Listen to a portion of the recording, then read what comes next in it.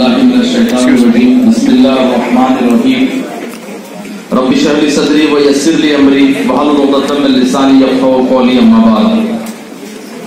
इस स्टेज पर मौजूद हमारे महाराष्ट्र सदर जनाब इम्तियाज जलील साहब, अहमद शेख साहब, समीर साजिद बिल्डर साहब और दीगर पार्टी के जिम्मेदार, बुजुर्गों, दोस्तों और नौजवानों, अस्सलाम वालेकुम व रहमतुल्लाहि व बरकातुहू।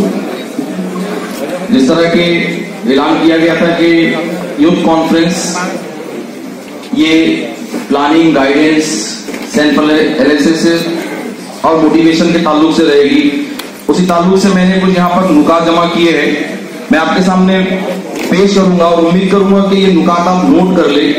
इंशाल्लाह ये नुकात आपके लिए बहुत फायदेमंद होंगे। जिस तरह यहाँ पर ऐलान किया गया मेरे बारे में कि मोटिवेशनल स्पीकर, तो मैं आपको बताता चलूं कि मैं मोटिवेशनल स्पीकर नहीं हूं, मैं एक प्रोसेस ट्रेनर हूं। Because motivational speaker is like a pain killer for a temporary relief. एक वक्ती तौर से रिलीफ जो होता है उसको मोटिवेशन कहते हैं, लेकिन हम जिस फील्ड में काम करते हैं वो लॉन्ग टर्म परमानेंट रिलीफ के लिए हम काम करते हैं। हम इस तरह के कोर्सेज होते हैं कि जिसमें हम किसी शख्स के अंदर पाई जाने वाली कमजोरियां, कमियां, वीकनेस को दूर करने के लिए हमारे कोर्सेज होते हैं और उसको हम दूर करते हैं। So better I am a process trainer और इंशाल्लाह उसी ताल्लुक से मैं यहाँ पर कुछ नुकात आपके सामने पेश करूंगा। जिस तरह दीगर मुखर्रिर ने यहाँ पर बात की, हमारे अभी खत्म हुए इलेक्शन में जो हमारा परफॉर्मेंस रहा है, जो भी रिजल्ट आया हो, तो ये खेल का हिस्सा है कि एक टीम जीतती है और एक टीम हारती है और दोनों ही हमें मंजूर है। क्योंकि जो खेलेगा वो या तो जीतेगा या तो हारेगा। जो स्टेडियम के बाहर बैठे, ना उनकी किस्मत में कभी जीत है ना कभी हार है। तो ये अल्लामा इकबाल का वो शेर मैं आपको याद दिला दूं कि गिरते हैं शहसवार ही मैदान जंग में, वो तो खुल गया गिरे जो फूलों के बल। हार और जीत ये खेल का हिस्सा है। जीत से जश्न मनाया जाता है और हार से अगली जीत की तैयारी की जाती है। तो मैं ज्यादा वक्त ना लेते हुए हमारे पोस्टर पे जो पॉइंट्स है उन पॉइंट्स को आगे बढ़ाते हुए बात शुरू करता हूं कि आने वाले दिनों में हमारा जो स्ट्रैटेजी, हमारी प्लानिंग, हमारी कारकर्दगी क्या होनी चाहिए। तो इसके लिए सबसे पहले प्लानिंग, जिस तरह की प्रोग्राम उसका एक हिस्सा है कि आने वाले इलेक्शन में और आगे पार्टी की जो कारकर्दगी होगी उसके लिए हमको प्लानिंग की बहुत जरूरत है और ये प्रोग्राम उसी का एक हिस्सा है। इस प्लानिंग के करने के साथ साथ हमको ये बात ध्यान में रखनी है कि हम इस सियासी मैदान में जो उतरे हैं तो ये एक सामाजिक खिदमत का हिस्सा है। जिस तरह सालाना मिल्लत ने कहा था कि हम सियासत के गुलाम नहीं है, सियासत हमारे घर की लौंडी है। हम तो सियासत में इसलिए उतरे हैं कि हम अवामुल नास की बेहतरी कर सके, हमारे कौम का तालीमी, सियासी और समाजी मियार को बढ़ा सके। तो सबसे पहले ये बात ध्यान में रखना बहुत जरूरी है कि हम सियासत में समाजी खिदमत के लिए उतरे हैं। और अगर ये मेरे जहन में रहेगा तो मैं अपने जाती मफाद को दरकिनार करके मैं एक इज्तिमाई कोशिश करूंगा, उसमें चाहे मेरा जाती नुकसान क्यों ना हो, लेकिन मैं अपनी जमात के फायदे के बारे में सोचूंगा। क्योंकि जब हम किसी तंजीम का हिस्सा बनते हैं तो उस तंजीम का गोल मेरे लिए ज्यादा मायने रखता है बनिस्बत मेरे पर्सनल गोल के। तो यहां पर हमको इस बात को याद रखना है कि हम इस सियासी मैदान में अवामुल नास की बेहतरी के लिए उतरी है और उनके मियार को बढ़ाने के लिए उतरे हैं। अब इस काम को अंजाम देने के लिए हमें कुछ सबक लेने होंगे दीगर तंजीमों के। जैसे हम जानते हैं कि आज हुकूमत में जो लोग बैठे हैं ये आज और कल में आकर नहीं बैठे हैं, ये रातों रात हुकूमत में नहीं आए हैं। आपकी मालूमात के लिए ये तंजीम का एक हिस्सा है जो पिछले 80 सालों से काम कर रही थी। पिछले 80 सालों से ये काम कर रहे थे और आज जाकर वो अपने मकसद में कामयाब हुए हैं। तो इससे हमको एग्जाम्पल मिलता है कि अगर हमारा विजन, हमारा मिशन अगर बड़ा है और हमारा विजन और हमारा मिशन अगर क्लियर है तो इंशाअल्लाह हम अपने मकसद तक जरूर पहुंचेंगे। क्योंकि है सियासत से बस ताल्लुक इतना कि कोई कमजोर मेरे मुल्क का सुल्तान न बन जाए, बस सियासत से हमारा इतना ही ताल्लुक है। हमारा असल मकसद तो अवामुल नास की खिदमत है। यहां पर अगर पिछले इलेक्शन का जायजा लिया जाए तो मैं तो इसको एक चीज समझता हूं क्योंकि 2014 के एमएलए इलेक्शन के मुकाबले में इस बार हमको वोट ज्यादा मिले हैं। इसका मतलब अवाम का भरोसा बढ़ा है, अवाम का भरोसा बढ़ा है, हमारा परफॉर्मेंस बढ़ा है। और जब अवाम का भरोसा बढ़ता है तो जिम्मेदारियां भी बढ़ती है, और इस जिम्मेदारी को पूरी तरह से निभाने के लिए, इसके साथ जस्टिफिकेशन करने के लिए जो पोस्टर में जो पॉइंट्स लिखे हैं, इस पर हमको काम करने की जरूरत है। तो सबसे पहले यहाँ पर हमको गाइडेंस की जरूरत है। हर वो वर्कर जो पार्टी के लिए काम करता है, उसको यहाँ पर गाइडेंस की जरूरत है, और ये गाइडेंस हमको वक्तन फौक्तन मिलता रहता है हमारे सीनियर लीडर्स की जानिब से। मैं यहाँ पर एक चीज और यहाँ ऐड करूंगा कि हम इसमें एक्सपर्ट्स की लाए हैं। जैसा पारदे सर ने भी यहाँ पर कहा कि वर्कशॉप की जरूरत है, ट्रेनिंग की जरूरत है, तो एक प्रॉपर सिस्टमैटिक गाइडेंस की हमको जरूरत है, और इंशाल्लाह इस गाइडेंस से हमको बहुत फायदा भी होगा। और ये गाइडेंस हमको तो कई सालों से मिलता आ रहा है। हम जानते हैं कि हम अगर अपनी तारीख उठाकर देखें तो तारीख में बेहतरीन हमने उमरा और कायदे इस मुल्क में दिए हैं, तो उनकी अपनी तारीख हमारे लिए बहुत बड़ा है।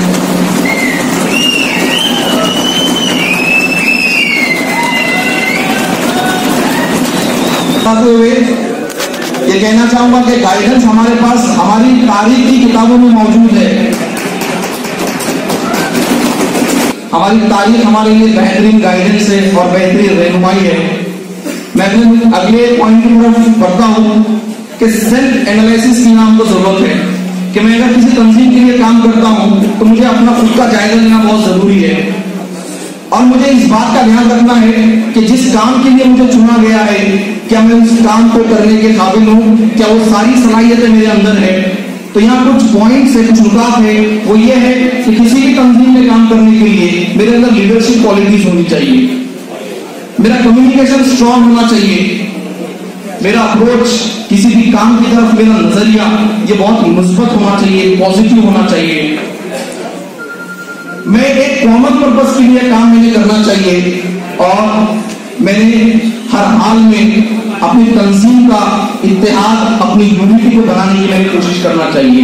ये सेल्फ एनालिसिस के कुछ पॉइंट्स हैं जो मुझे याद रखने की यहाँ जरूरत है। तो मैं अगले पॉइंट की तरफ बढ़ता हूँ। सबसे पहला ये है कि लीडरशिप।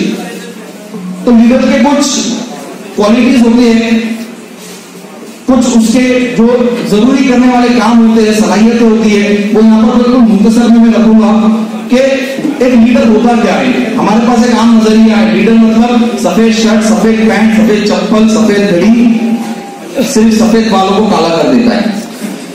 हम कई सालों से देखते आ रहे हैं, जब तक हमने एसएस साहब को नहीं सुना था, हमारे नजर में लीडर वही होता था जो हमारे घर के मोहल्ले के नुक्कड़ पे सफेद कपड़े पहनता था। हम समझ जाते थे ये लीडर है। मैं आपको बता दूं लीडर क्या होता है और लीडर कैसे होता है।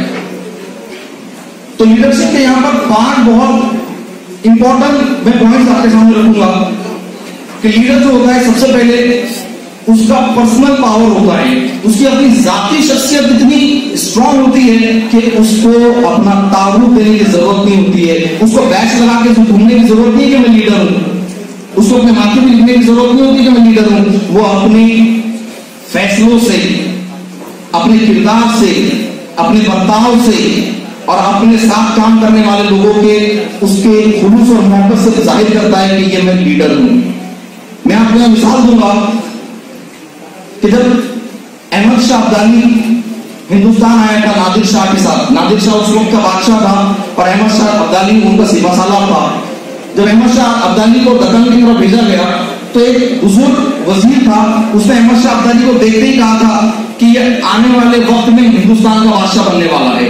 जब ये बात नादिर शाह को पता चली तो नादिर शाह ने फौरन अहमद शाह अब्दाली को बुलाया और अपना खंजर निकालकर उसके कान के पीछे जख्म कर दिया और कहा कि तू आने वाले वक्त में बादशाह बनने वाला है, मुझसे वादा कर तू मेरी आने वाली नस्लों पर रहम करेगा और उनके साथ बेहतरी का मामला करेगा। और फिर वक्त में देखा अहमद शाह अब्दाली न सिर्फ हिंदुस्तान का बादशाह बना बल्कि अफगानिस्तान की हुकूमत का उसने बुनियाद भी रखी। तो ये औसाफ होते हैं लीडर के कि उसको देखकर ही समझ में आता है कि इसके अंदर लीडरशिप की क्वालिटीज होती है। तो सबसे पहला पॉइंट, सबसे पहला यहाँ पर जो पॉइंट है वो लीडरशिप का कि पर्सनल पावर एक शख्स में उसकी अपनी स्किल्स इतनी डेवलप होनी चाहिए कि लोग उसको कहें कि ये लीडर है। और दूसरा होता है यहाँ पर दरअसल हमको तो गलतफहमी है, हम ये समझते हैं कि लीडरशिप पोजीशन से होती है, तो यहाँ पोजिशनल पावर नहीं, पर्सनल पावर की जरूरत है। उसकी एग्जांपल मैं आपको दूंगा, महात्मा गांधी और राहुल गांधी। हम सभी जानते हैं दोनों को, महात्मा गांधी और राहुल गांधी। महात्मा गांधी के पास पर्सनल पावर था, राहुल गांधी के पास पोजिशनल पावर था। महात्मा गांधी के पास कुछ ना होते हुए भी अपने पर्सनल पावर की बिना पर वो लीडर बने, और राहुल गांधी के पास पोजिशनल पावर होने के बावजूद जब उनके पास सलाहियतें नहीं थी लीडर की, तो वो पोजीशन दी गई। और ये अल्लाह का निजाम है, ये अल्लाह का निजाम है। अगर आपके अंदर लीडर वाली क्वालिटीज होंगी, क़यादत वाली क्वालिटीज होंगी, अल्लाह आपको उस मकाम तक पहुंचा कर रहेगा। और अगर आप उस मकाम पर पहुंच गए और अगर आपके पास वो सलाहियत है और वो काबिलियत नहीं है, तो यकीन मानिए आप उस समाज के लिए एक बहुत बड़ा अज़ाब है। तो लीडरशिप क़यादत क्वालिटीज के साथ होती है, ना कि पोजीशन के साथ होती है। मेरा दूसरा पॉइंट यहां पर है, अच्छा एक बार और बता दूं कि अगर लीडरशिप बिना क्वालिटीज की होती है तो फिर हमको वो जालिम, जाबिर और नाकाम लीडर भी मिलते हैं, जैसे अडॉल्फ हिटलर, डोनाल्ड ट्रंप और हमारे चाय वाला। इनके पास पोजिशनल पावर है, पर्सनल पावर नहीं है। दूसरा मेरा पॉइंट यहां पर है कि इन्फ्लुएंस। एक लीडर के लिए जरूरी है कि उसके लोगों पर उसका प्रभाव हो, ना कि दबाव हो। लेकिन इस बात को याद रखिए, प्रभाव और दबाव, कि वो अपनी शख्सियत से, अपनी गुफ्तगू से, अपने किरदार से अपने लोगों को इंस्पायर करता हो, प्रभावित करता हो, ना कि उनको जोर जबरदस्ती करके उनको दबाव करता हो। तो ये दूसरा पॉइंट है कि इन्फ्लुएंस होना चाहिए, प्रभाव होना चाहिए। तीसरा पॉइंट यहां पर है कि एक कायद, एक लीडर अपने काम में मुसलसल तरक्की करता जाए, मुसलसल तरक्की करता जाए, अपनी आवाम की तरक्की, अपने कारकर्दगी की तरक्की, अपने लिए हुए फैसलों में तरक्की और उससे आने वाले रिजल्ट में उसकी तरक्की होनी चाहिए। ये एक लीडर की तीसरा पॉइंट है। चौथा पॉइंट यहां पर है कि लीडर कम्युनिटी तैयार करता है। एक सच्चा कायद जो होता है वो एक बड़ी कम्युनिटी तैयार करता है, और बड़ी कम्युनिटी तैयार करने के लिए जरूरी होता है कि leader makes other leaders, a leader creates more leaders. क्योंकि जब काम बढ़ता जाएगा तो हमको हर स्टेज पर और हर उस डिवीजन के लिए लीडर तैयार करना होगा कि जो नीचे की पूरी जिम्मेदारी को संभाल ले। इसके बाद पांचवा पॉइंट ये है कि कॉमन पर्पस। एक लीडर और एक लीडरशिप जब एक कॉमन पर्पस के लिए काम करती है तो ये इज्तिमाई काम होता है। और यहां हमारा कॉमन पर्पस ये है कि हमें अपनी आवाम के जो सियासी, समाजी, तालीमी हुकूक है, हमको उनको दिलाना है, नाइंसाफी से और जुल्म से उनको बचाना है, और हमको अपनी एक बेहतरीन क़यादत यहां पर नाफिज करनी है। अगर ये कॉमन पर्पस अगर हमारा होगा तो हम एक बहुत अच्छे लीडर बन सकते हैं और हमको एक बहुत अच्छी लीडरशिप यहां मिल सकती है। अब इन सारे नुकात को अमल में लाने के लिए जो सबसे अहम पॉइंट यहां पर है वो है इत्तेहाद, यूनिटी। ये सारे काम करने के लिए यहां इत्तेहाद बहुत जरूरी है। तो मैं यहां पर आपको एक एग्जांपल दूंगा कि शहद, हम जानते हैं शहद कितना मुफीद है, कुरान मजीद में कई बार उसकी मिसाल दी गई है कि शहद कितना मुफीद है। लेकिन आप जानते हैं शहद बनाने की जो कारकर्दगी होती है, उसका जो प्रोसेस होता है वो उतना ही मुश्किल होता है। आधा किलो शहद बनाने के लिए 3 लाख मक्खियों को करीबन 90,000 मील तक के सफर तय करना पड़ता है, जो कि इस जमीन के 3 चक्कर के बराबर होता है। उसके बाद इन मक्खियों की उम्र इतनी नहीं होती है कि जिन्होंने एक काम शुरू किया वो खत्म होने तक जिंदा भी नहीं रहती है, उसकी आने वाली नस्ल उसको कंप्लीट करती है। तो अगर अल्लाह ताला चाहता तो शहद के दरख्त बना देता, पेट्रोल और डीजल की तरह खाने बना देता, लेकिन अल्लाह ने इसको इतना मुश्किल इसलिए बनाया कि इंसानों के लिए इसमें सबक है। अगर आप कोई बड़ा काम करना चाहते हो तो आपको इज्तिमाई तौर से काम करना होगा, वरना नताइज नहीं आने वाले। वक्त बहुत कम है, मैं आगे बढ़ते हुए अपनी बात को यहां खत्म करता हूं कि ये सारे काम और ये सारे मकासद हमारे लिए मुमकिन है। अगर किसी को लगता है कि ये काम मेरे लिए मुश्किल है अगर उसको अपनी कम तादाद सताती है तो याद करिए बदर के मैदान को। अगर आपको वसाइल की फिक्र है कि हमारे पास वसाइल नहीं है तो याद रखिए ग़ज़वे खंदक को जब वसाइल कम होने के बाद भी हमको वहां फतेह मिली थी। अगर आपको लगता है कि अभी मेरी उम्र क्या है तो याद रखिए मोहम्मद बिन कासिम को, जिसने 17 साल की उम्र में हिंदुस्तान पे हमला कर कर मजलूम बच्चों और औरतों को छुड़ाया था। और अगर आपको लगता है कि आपकी उम्र बहुत हो गई है और अब आपके हाथ पैर में जान नहीं है तो याद करिए लीबिया के उस शेर को, जो एक मदरसे में एक मौलिम था। जब इटली की फौजों ने लीबिया पर जुल्म करना शुरू किया तो वो मदरसे से निकलकर वो मौलिम मैदान जंग में पहुंचा और इटली की फौजों को कई दशकों तक उसने धूल चढ़ाई। और उस मौलिम का नाम था उमर मुख्तार। और उस मौलिम को ये लक़ब दिया गया कि डेजर्ट ऑफ लायन। तो मैं कहता हूं कि अगर आपको ये मायूसी सताती है कि ये क़यादत मेरे लिए मुमकिन नहीं है तो पढ़िए अपने आबा व अजदाद की कहानियां, पढ़िए अपनी तारीख को, पढ़िए सुल्तान सलाउद्दीन अय्यूबी को, पढ़िए टीपू सुल्तान को, पढ़िए हजरत खालिद बिन वलीद को, और आपको पता चलेगा कि आप भी उन्हीं की नस्लों में से हो और ये क़यादत और ये लीडरशिप आपको विरासत में मिली है।